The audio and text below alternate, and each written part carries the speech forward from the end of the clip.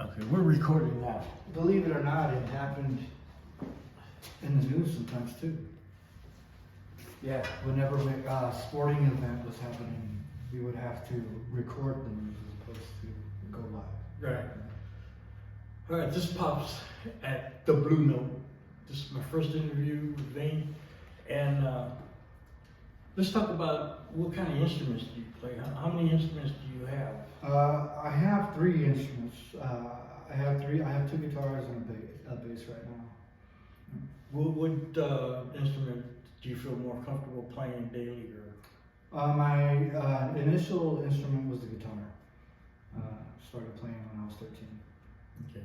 Well, you'll notice that this is a second take because Pop's getting old. I forgot to record. So, but anyway, on your guitar, what kind of guitar do you have? I play a Godin. I believe it's a British company, and I play it through Hughes and Kettner, which I believe is also a British company. It's a nice little amp. I also play a Les Paul out of a Vox. Okay. Vox was the amps that the Beatles used. Yeah. Do you have any pedals? I do. I have a Boss distortion pedal, and I play. I got a DoD multifunctional pedal. It's like 10, 20 different pedals in one. Yeah, those are nice. Those are nice. You don't have to worry about anything. Just Right. step on something. It's all right there. Yeah. Yeah. How about your bass? What type of bass do you play? I play a Gretsch Grumman bass. I picked that bass because, for one, I like the style of it. It's got like Gretsch is known for having like I'd say like a 60s, 50s kind of feel look to them. And I picked that bass because I know that basses are usually longer. Right. And I was going from guitar to bass out of necessity because our band needed a bass player. Right. And to avoid having to fumble my notes, I purposely bought a Gretsch, which is going to be a guitar-sized bass, just to make all the jumps easier while I'm singing. Right. Now your bass, is it the strings? Are they round or wound? I use Diodario strings, but I've never really had a preference for wound or unwound. I'm a fan of Diodario strings. Every now and then I will buy other companies, and I think just out of coincidence, they always seem to be wound. Yeah. But I've never really had a preference. I will say that I have played unwound, and I always felt like they were just different. They kind of feel like dull wound strings, Right. Yeah. Right. More slick, because the reason I ask these questions Yeah, more is, slick. Yeah. is because I noticed that some bass players that get lazy every once in a while, you can hear them sliding their finger, and it sounds really distorted or bad. Okay. So instead of picking up your On fingers, wound? unwound. Oh yeah. And that's with the guitar too. If You notice it's dirty. Yeah. Yeah. But on your guitar, what kind of pickups do you got? On my Les Paul, they're the factory humbuckers, and I want to say on my Godin, I think it's a single one pickup, and the other one's double.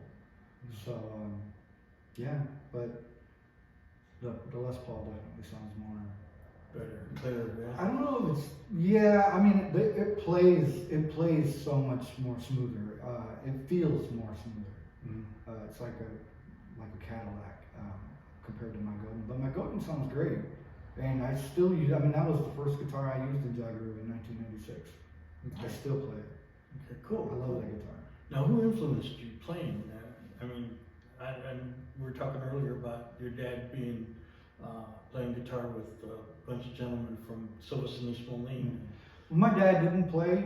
He was always the friend who was listening and singing. Okay. But his friends, his compadres were Jose and Luis Ramos, who were well known Right. with their brother as a trio, Mexican music.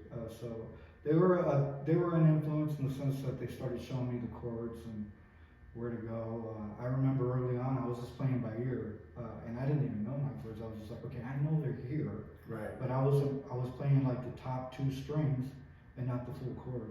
Right. And it was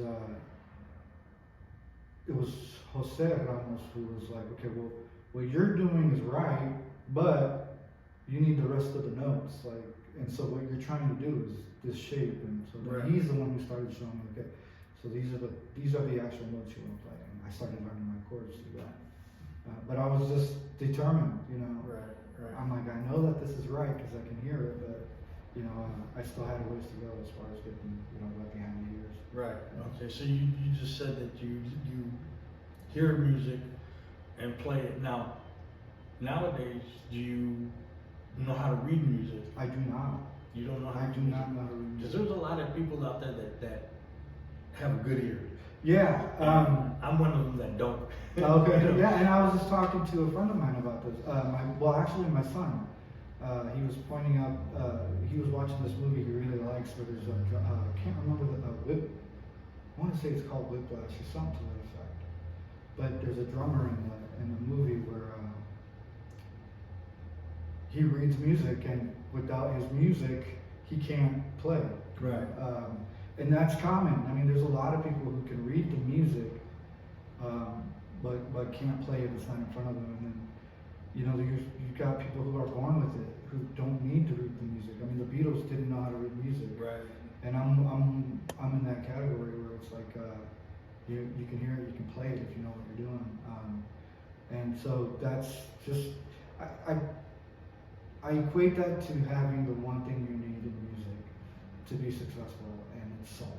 Right. You know, if you don't have soul, you know, you're gonna be good, but you know, you may not have that drive, or you Right. may not have that thing that people have that just takes them to the next level. Right. Right. Yeah. Yeah. Now, who are the guys that you played with when you first started out? And I remember back in the day, my sister had a block party, and you guys came up and played 3 songs for like an hour, which is cool, man. Because you gotta start somewhere. You know? That's how all you guys remember us, really. You know, well, early on I played with Daniel Rangel, you know, who was Patty's son, Right. who was Bob's sister, who, you know what I mean? Right, yeah. It just unravels into this, it's our tribe, you know what I mean? Right. And I played with Daniel, and we started writing right out the gate. I mean, as we were learning, we were writing. And we actually wrote a pretty decent song right out the bat. But we started experiencing our own things and doing our own things and learning from everybody else. And it was always a different lineup or different characters hanging out and learning. So we started off really young. We formed a band called Tormenta Latina that, you know, was probably around for a good 3 to 4 years. We played the runs, you know, Firecracker Run. Anywhere Joe would want us to play, we'd play, because he was good friends with the Cervanians. And you know, it was just the neighborhoods. So was Finis Molin, all the kids who were hanging out together, everybody, you know, the young ones. Right. And so we played up until we were approached by a gentleman out of Muscatine who wanted us to play in a band that he was managing called Jovenazo, which is like the young ones. Right. And so that was our first real big intro into music. We started playing the Latin dances, quinceañeras, weddings. And so, yeah, I mean, from the Quad Cities, it was really me and Daniel. Everybody else was from out of town, and that was that band up until a couple of years after that, when I decided I wanted to really venture into my own songwriting.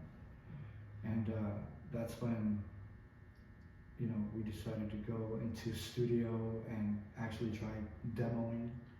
And we invited Troy Rangel to be on that album, and Phil Bonilla, who they both split, you know, 6 songs down the middle. And so then I started, they started becoming big influences in my playing, with introducing Santana and, you know, I started listening to the Beatles when I was in high school, and these guys were playing Beatles, you know, on acoustics at my brother's bachelor party.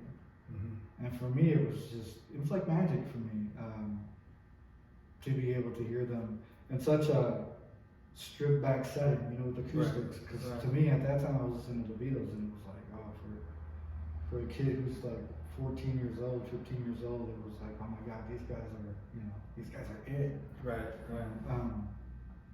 And so, you know, I started, Phil and I and Daniel were big Kiss fans. So we play in his basement. Phil's still a big Kiss Yeah, fan. I mean, I still have He's a diehard. But yeah, he's a diehard. Yeah. And, you know, it'd be, you know, probably once every 2 weeks or once every 3 weeks, hey, we stand. So we'd go down and start playing our Kiss songs. And in that time, I mean, he was doing a lot of recording at the time. He had a boombox that he was still using to record at that time. And as you know, CDs were already out then. And, Right. you know, that technology to record, it was still cassette. Right. So he had a boombox that recorded really well, actually. And I remember one time getting with him and Troy, you know, because they were still doing Shades with Manny Lopez and Mike Bloomey and Kathy.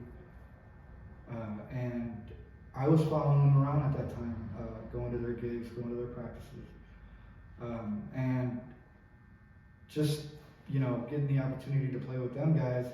It just happened that we got together to record in Phil's basement, and it was mainly him and Troy and Phil. You know, I did some singing with them. I don't remember playing guitar. I may have on a couple tunes, but you know, they were playing like Little River Band's Lady, Night Owls. You know, they were the ones that, like I said, introduced me to Santana. And so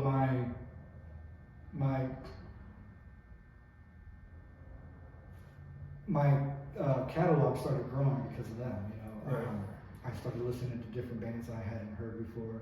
Started paying more attention to harmonizing because I'm a big stickler on harmonies. Right. And yeah, I mean, they really kind of opened the door for me. You know, naturally, with Dude being in the band, I started listening to a lot more Prince. And yeah, I mean, I grew musically through those guys. And still to this day, you know, I still got Troy calling me to do some gigs with them, which is a big compliment. You know? Yeah, that's cool. That's Yeah. cool. Yeah. So going on back to your drums, what type of drums do you play? Whatever kid's in front of me. I remember Daniel's. I think he started on. I want to say he played initially on a Pearl side. It was an old. It looked like the Beatles kit. It was probably a 60s, 70s kit, like silver glitter on the outside. And then when he got his first kit, it was a Ludwig. Again, not Daniel. When he sat down behind the drum kit for the first time, and I've never seen this before, other than with him, he just started playing. He just started playing. It was, granted, I think Al may have shown him some stuff early on, but I'd never seen that before. You know, he just jumped behind the kit and started playing. And with my cut, and then when he got older, I think he bought it was a Ludwig kit, was his first kit. And then I think he bought a Pro kit. And then Jesse, no, I take that back. I think Jesse's kit was, yeah, I think it was either a Pro kit or a Mapex kit. And I think it was a Pro kit. Okay. And that was the kit I played most. Yeah. So when you play the drums now, what do you play on? I haven't played on a kit since, you know, the last kit I played was Jesse's. I'm looking to get a kit now because I'm going to start my own studio. Yeah. And that's the only thing we needed to launch. But yeah, I mean, it's that thing, it's that soul again. I mean, if you want to learn something, you're going to learn it. And Right. if you're going to have a kid around, you're going to play it. Right. You know, Right. so. Now, how many songs or how many CDs do you have right now? Jagger, we released 4 albums.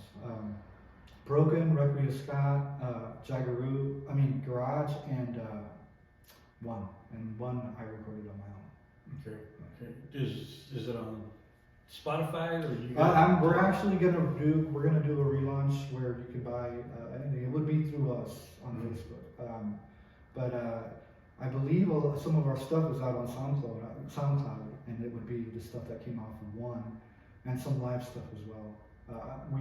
I planned on releasing a live album, which has various recordings of us performing, Right. with the three piece and the quartet and the quintet. Right. So it's a little bit of everything. Cool, Yeah. cool. Now, I didn't ask you this the first time. Dead or alive, who would you would like to play with and why? John Lennon. I don't know. There's just something magical about John. I don't know. It's I can't put it into words. It's just there's something so special about his voice and his writing and his approach to music. I can't, I know I've been able to say, okay, well, that quality you have that you need is soul, but like with him,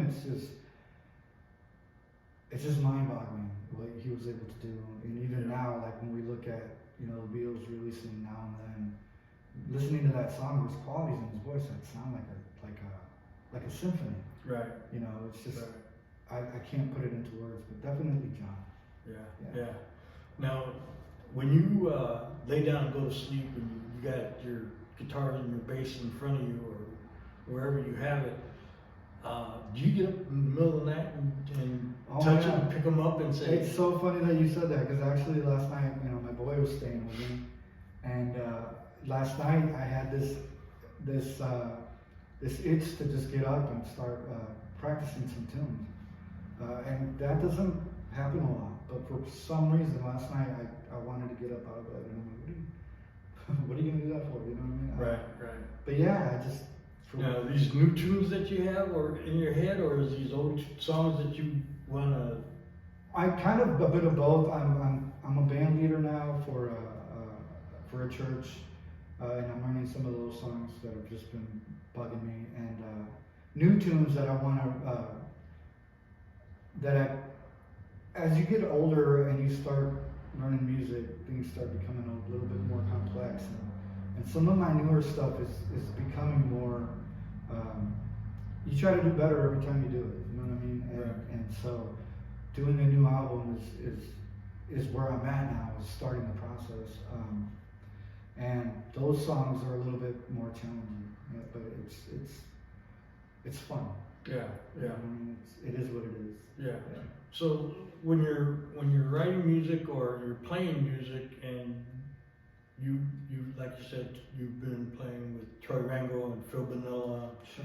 a couple other people. You mentioned Al Nachi, and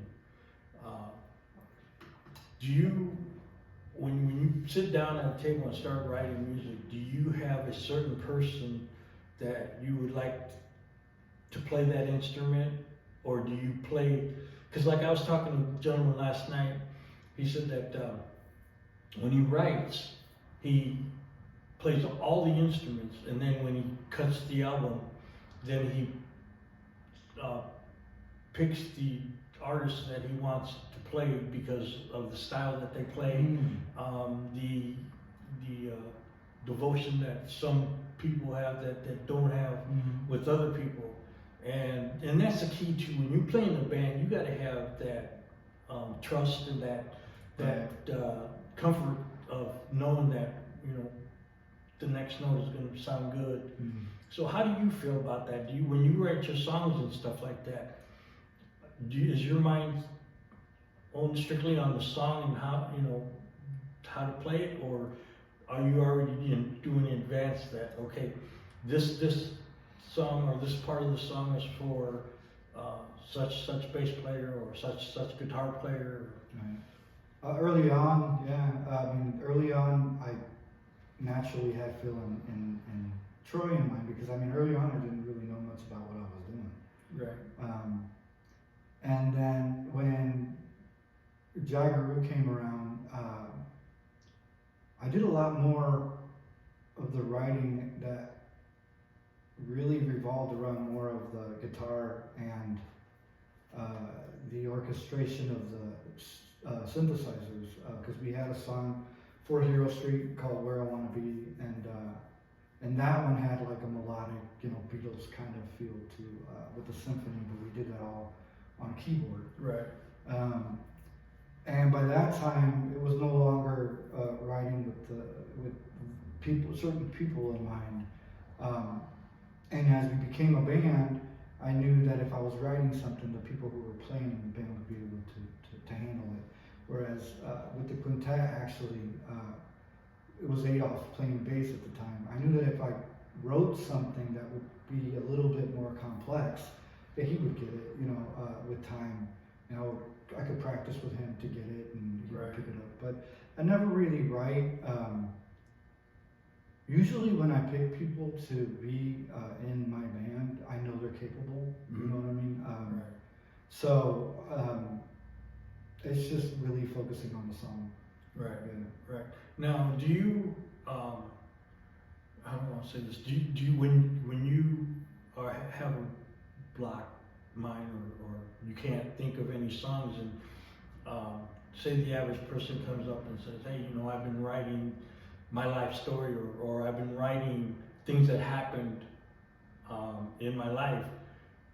Can you look at something like that and write a song, or help them figure out, if they're playing an instrument, how to tone it down or put the right notes together? Kind of like a guitar. I mean, kind of like any instrument where anybody can play it. Anybody can write as well. I don't think people realize that. But at the same time, there's songwriting and there's songwriting. You know what I mean? And it's a graduation level every time you do it, until you get to a point where you're like, okay, you can really honestly say I'm a songwriter or whatever. But it's finicky. I made it to a point in my life where I realized to listen to silence, or just listen to the song in general. If I'm playing acoustic, for instance, you'll hear things that aren't there.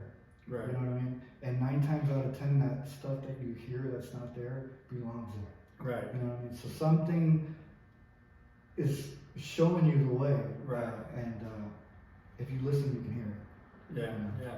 Now, when you're sleeping, because this happens to me, and you're saying if something's not there and you hear it, it's supposed to be there.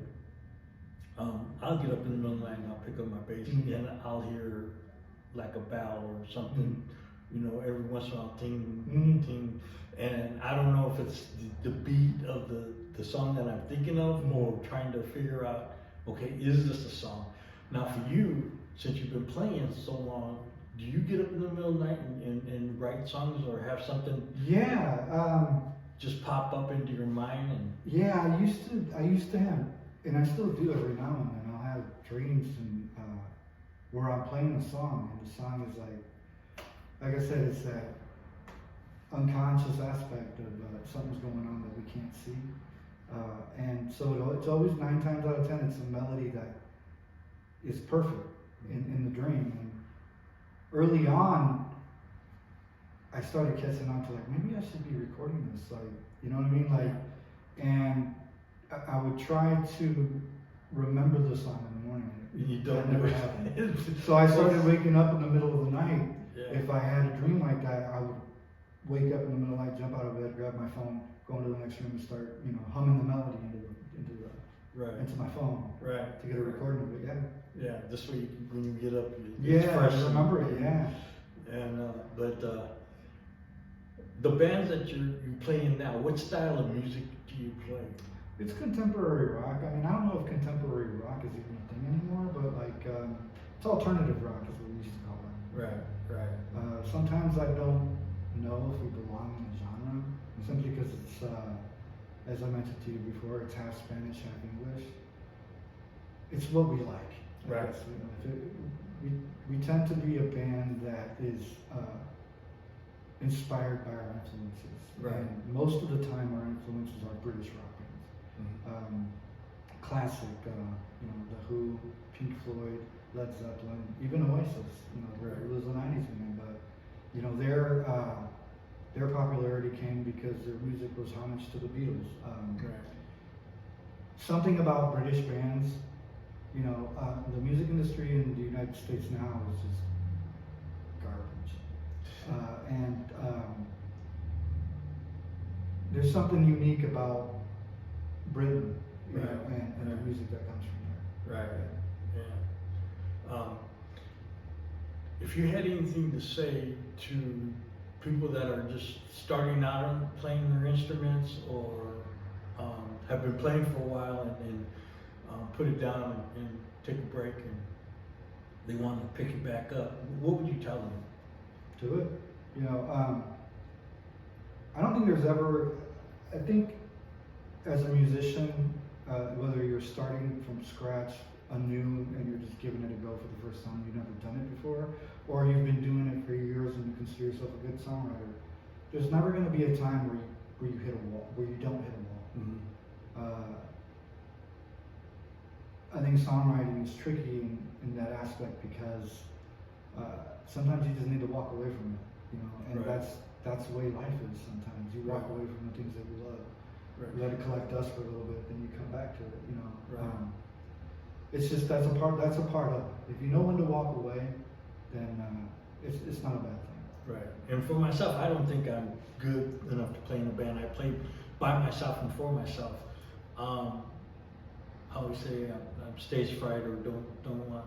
I'm uncomfortable playing with other people. Now, when you play with other people that you've been introduced to and stuff, do you get that second thought of, okay, is this guy going to fit in, or am I going to fit in? Yeah, it is. It's a fine line when it comes to that because chemistry is important. You know, if it wouldn't have been, if there was one member of the Beatles that wasn't in it, and it was just some other guy, it wouldn't have been the Beatles. You know what I mean? Right. And that happened. That did because happen. The drummer, yeah. they had a drummer before Ringo Starr. Pete Best, and they knew he was good, but they also knew he's not really one of us. You know? Right, right. And that it's key. I mean, you know, you have to get along, and testing that parameter is the most important thing right off the bat. It's cool to play with people, you know. I mean, you can do that in an open mic night, you know. Right. And it's never to make less or say, you know, we're better than. It's that thing that if that person doesn't fit in your band, then there's 3 or 4 other guys that belong with that guy. You know what I mean? Right. That's just the nature of life. Yeah. In open mic night and jams, no matter if it's blues rock or country or whatever, it's always nice to have a different style of players that you would like to play with, or would like to expand your mind and stuff like that. Right. Now, when you're playing, and do you ever? Well, first of all, let me ask you this. Now, when you play, do you think of the note that you're playing, or do you think of the time? Because a lot of people, or I've talked to several people, and they're like, "Man, we gotta count 1, 2, 3, 4." Not thinking of the note, or not thinking of the way it's supposed to be, but they already got the mindset of the song. So when they're counting, they already know what the song is supposed to sound like. So. I think the only time I really concerned myself with time was when Jesse was learning how to play, because it was important for us to communicate with him. I mean, Jesse probably messed up one time that I can think of. Aside from that, I mean, he was in the pocket. There's something that happens when somebody elevates their performance, and if you're an athlete, they call it being in the zone. Right. And that's what would happen when we would be performing is you fall into the pocket and you're just, it's like you're on autopilot, you know, you're not thinking of it. If anything, the one thing I probably concentrated on the most was my voice and making sure it was where it was supposed to be. You know, I was a screamer. I am a screamer, so. Yeah, I know a couple of them. Yeah. So it's a funny thing because my son makes fun of me. But yeah, I mean, you know, everybody's got a unique voice, and that probably was the one thing I concentrated on the most, was making sure that my voice was what it needed to be. Right. And I mean, 9 times out of 10, it wasn't, but you know, Yeah. you do with what you can. Now, the band that you're playing with now, you're talking about playing Mexican music and American music.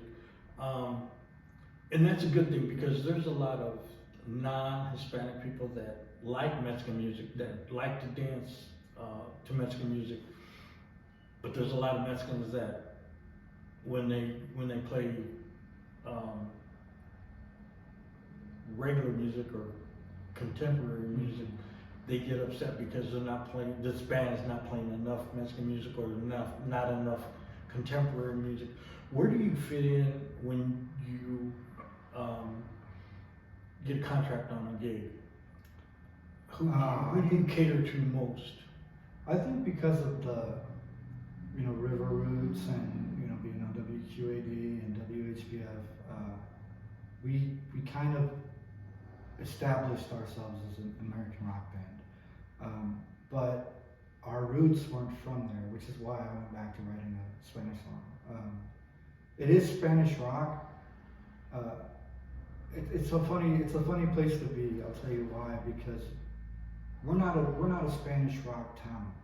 The Hispanics here are from Mexico, Right. who want traditional banda, you know, norteño, Tejano music. And I mean, I learned playing norteño and Tejano music, and I love it. But you know, a lot of the community, as in the last 20 years, has come from a deeper south, and they want traditional Mexican music. Right. So we were never accepted by that community either. You know, when we played a View of Quad Cities, gosh, I think the Moline Club probably set a record for attendance in that night. And they were complaining that they couldn't get another person in there. Wow. But there was a small crowd that stayed because they were catching on to what we were doing. Right. And I never really write my music to cater to any particular, you know what I mean? To any particular genre or crowd. It just, I write what I like. And so it's a funny thing because, well, early on I could say it was tough to find a following. Or later on, I think people were already like, okay, now we know what they're doing. Right.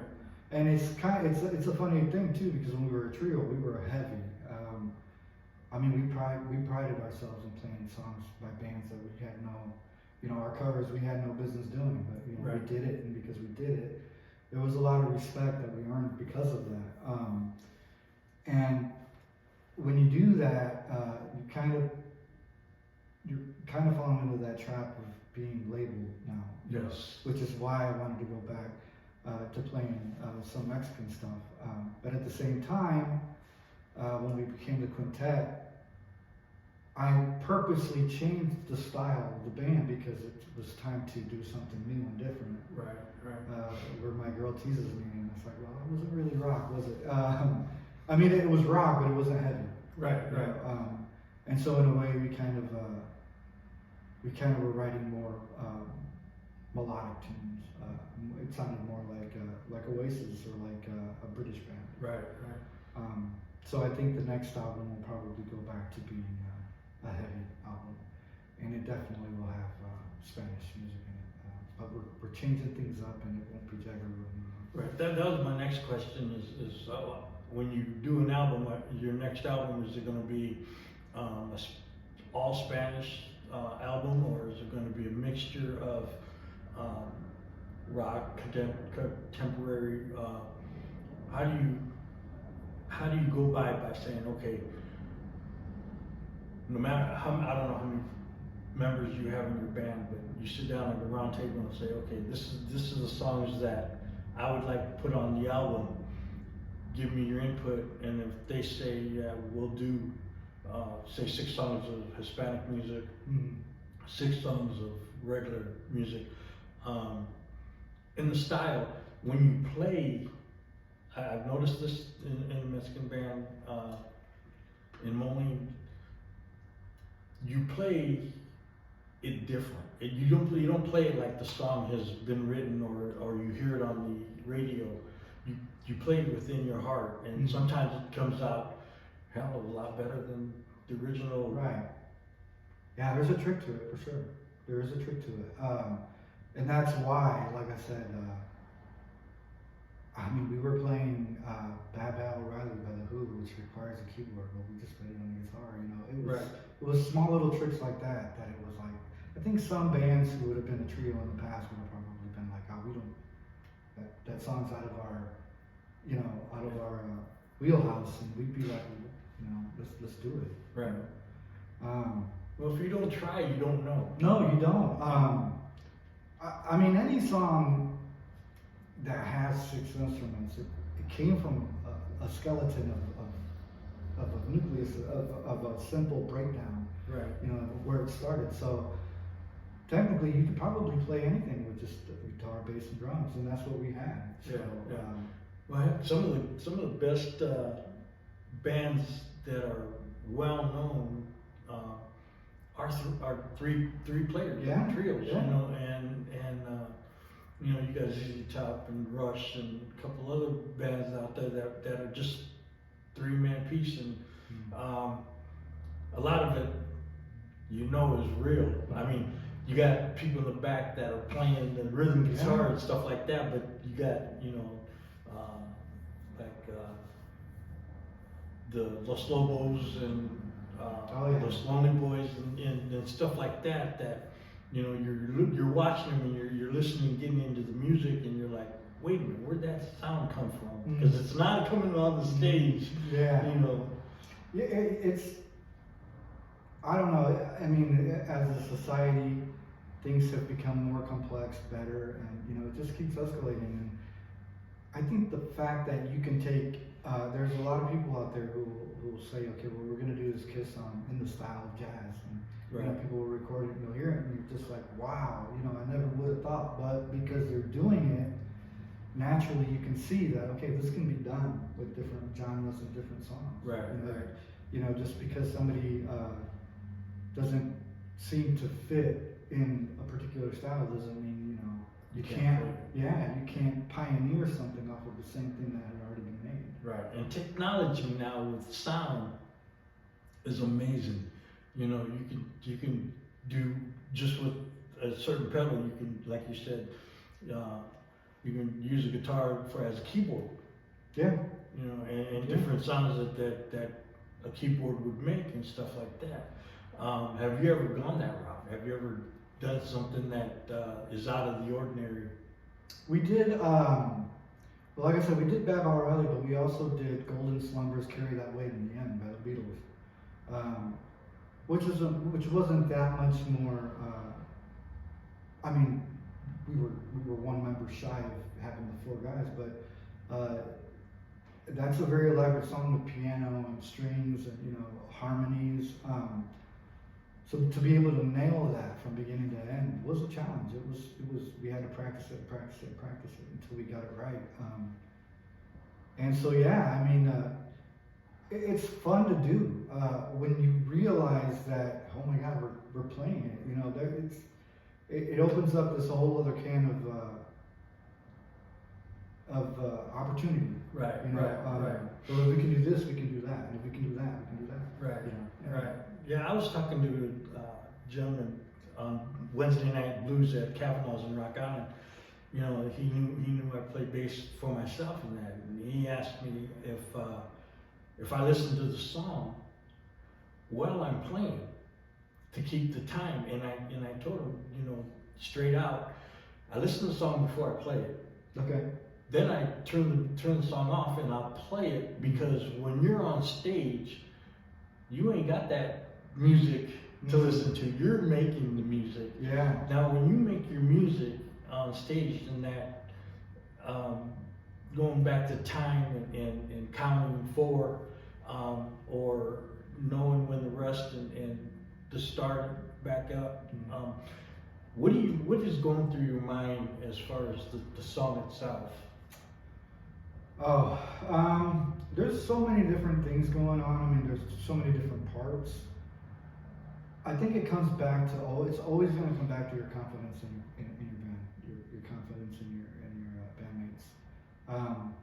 Because the confidence shouldn't, I mean, no, you're fine. The confidence has to start off with you first. Yeah. You know, Yeah. you got to be comfortable. Right. You got to know the song and that. Like I said, there's never going to be a gig, I mean, unless, you know, you have a power ego, which we did. I know But a couple of people like that.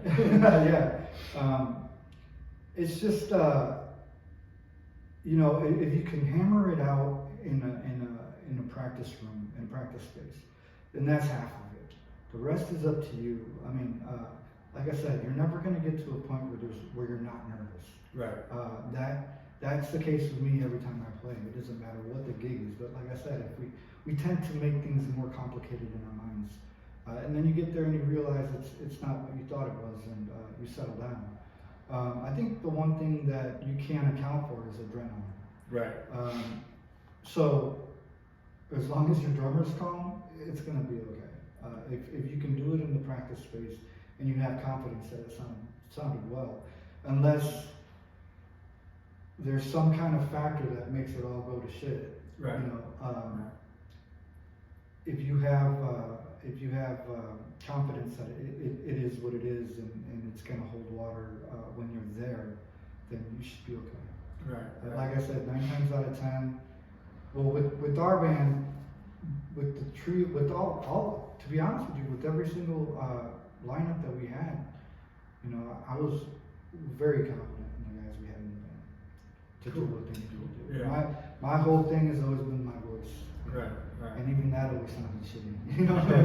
Well, you know, they always say, you know, the worst voice of the screamer always, after a couple beers, sound better. Oh yeah, yeah, You know. true. I mean, in the harmonies, I think the harmonies for me, like I said, I'm a harmony guy, so knowing that our harmonies were meshing the way they needed to be, I thought everything was okay. Right. Right. Now, you were raised in Silvis and that, and there was a lot of good artists that came from Silvis and East Moline, especially when it came around, I think it was July or August, Hero Street Jam. Mm. Now, have you ever had the opportunity to play after Amigos or Son Lace or Casino or? I'll tell you what, I grew up watching those bands, like I said, when I was real young. And as I grew up, I made it from front stage to backstage, you know, just helping Mike and everybody get everything ready and organize for one band to go on and help the other guys get off. We played the Hero Street Jam after the circus had left, the real Hero Street Jam. Mm-hmm. We got invited back by Bob Cervantes, who put on a real small Hero Street Jam, Right. which wasn't the Hero Street Jam. Right. But yeah, no, I never had the opportunity to play the Hero Street Jam. Mm. Saw Phil and Troy doing it growing up. Saw a lot of bands do it. The Penn Brothers. Right. You know, Jerry from the Music Mart had his blues band. So I watched and knew a lot of the musicians. But unfortunately for me, you know, because of some events that transpired, that kind of put a lid on it. Right. You know, And it's unfortunately that it happened, but yeah, but you know, to be honest with you, I think that because it ended, it made it something more special. right. You know? Right. Yeah, for those of us who experienced it. Yeah. And it was a good experience. Oh yeah. You grow up with guys that play music and you listen to them and you know, if you know them, you know, like I said, when you started, you only played 4 songs and it was after a while you realized, okay, these guys have the drive and the will to learn and want to be a band. Yeah. When that experience that you had when you were younger, it drove you to where you're at now. Absolutely. Now, when you're with your band, when's your next gig, as a matter of fact? We're actually retooling everything. We've renamed the band 10,000 Saints, and we're actually taking new members in right now. It's going to be a while, but because of my ability to record one the way, it kind of was a test. I didn't know it was going to become an album until I realized I could do it. Right. I had the pleasure of being given an opportunity to record with Dude for the first time, who recorded me on a couple of tunes that I used for it. But this is going to be something new, and I'm going to use that experience to go ahead and start recording and kind of go about putting a band together the way we did the first time, which was go into the studio and start piecing it together on its own. Right. So I'll write the songs. The songs are already written, but it always happens. I'll have like 7, 8 songs, and then once I start recording, more songs come up, and I start writing new tunes, and those become the songs on the album. But you know, this is going to be something I haven't done in a couple of years, and I need to knock the cobwebs off and get going. But yeah, and it's a new venture for me. You know, Jaggeroo was something very near to my heart, and like the Aero Street Jam, I think there comes a time where something has to end to put a little bit more value into what it is. Right. I mean, I could definitely see us all reunite, you know, for sure. But for right now, I think Jaggeroo not being a band is going to let it marinate for some people. I think it's a good thing. Right. For sure. Cool. I appreciate you Hey. giving me this opportunity I to appreciate interview you. you, and you know, keep on jamming and have fun, man. That's the name of the game. Is Oh, have fun, absolutely. because music is the language of the world now. You know, Absolutely. Just no matter if you don't speak English or don't understand, if you're playing or if you're not playing, you're always listening to music no matter what. Absolutely. And Imagine life without music. yeah, it'd be kind of boring, you know. Yeah. And this would never happen. You know?